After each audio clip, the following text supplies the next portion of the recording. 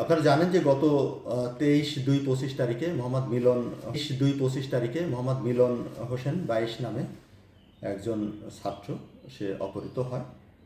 আমরা এটা জানতে পেরে জিডি করি এবং আমি ডিবির স্পেশাল যে আমাদের টিমটি আছে যারা এর আগেও আমাদের অনেক কাজে সফলতা দেখিয়েছেন তাদেরকে এটা উদ্ধার করার জন্য তাকে যে অপহরণকারী ব্যক্তি যিনি আছেন মোহাম্মদ মিলন হোসেন তাকে উদ্ধার করার জন্য দায়িত্ব দিই।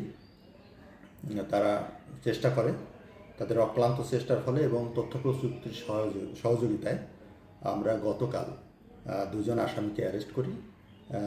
একজন হচ্ছেন সিজান আর একজন মুরাদ, এবং তাদের জিজ্ঞাসাবাদ করে আমরা জানতে পারি যে আমাদের অপহৃত মিলন তাকে তারা হত্যা করে আমাদের 1 নম্বর আসামি যে আছেন সিজান, তার বাড়ির পিছনে অব্যবহৃত যে টয়লেটের সেপটিক ট্যাঙ্কি ছিল তার মাঝে তাকে পুঁতে রাখে এবং আমাদের টিম রাতের বেলা যে তাকে সেই লাশটি উদ্ধার করে এবং পরিবার কর্তৃক অর্থাৎ আসামি পরিবার কর্তৃক লাশ শনাক্তকরণ করা হয়।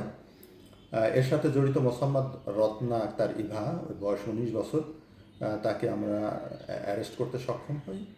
এছাড়া আসামি মুরাদের হেফাজতে থাকা, আপনারা জানেন যে এর আগে কিছু টাকা লেনদেন হয়েছিল যেটা আমাদের জানার বাইরে, আমরা তাদেরকে নিষেধ করেছিলাম, কিন্তু আমাদেরকে না জানিয়ে তারা হয়তো তাদের সন্তানের নিরাপত্তার কথা চিন্তা করে টাকা দিয়েছিলেন।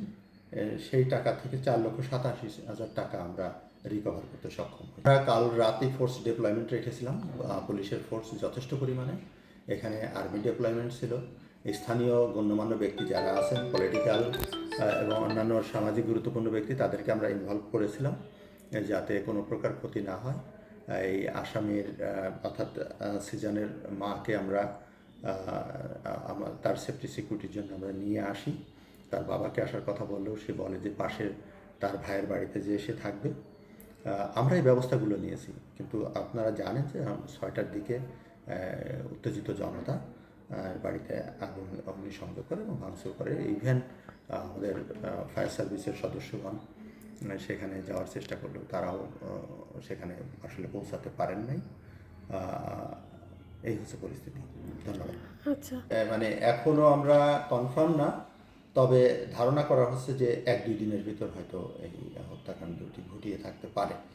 আর আমরা গতকাল ধরেছি, আপনারা জানেন যে দুপুর পরে, এখন এর মাঝখানে তাকে জিজ্ঞাসাবাদ করে আমাদের ভিকটিমকে উদ্ধার করা, ভিকটিমের মৃতদেহ উদ্ধার করা আমরা সক্ষম হয়েছি। আর আপনার জানেন, আমি বললাম যে কিছু টাকা উদ্ধার করতে সক্ষম হয়েছি।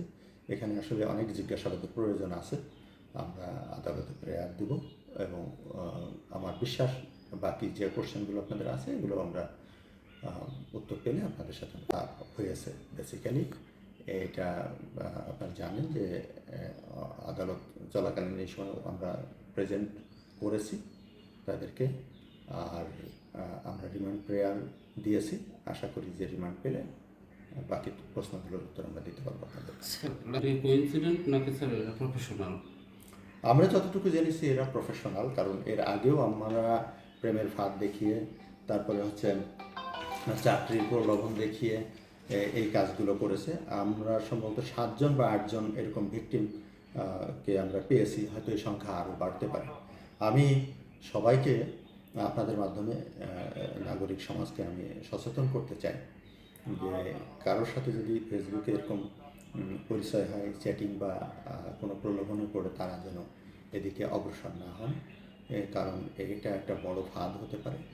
কারণ হচ্ছে চাকরি তো মানুষ পায় না, আর সে কাউকে ডেকে চাকরি দেওয়া হচ্ছে, তার মানে এটা হচ্ছে জাস্ট ফাঁদে ফেলা।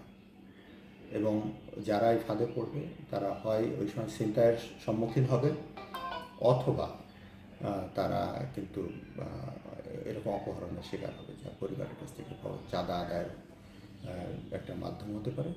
এছাড়া পরিণতি তো আপনারা দেখতেই পারলেন যে কী পরিণতি হতে পারে।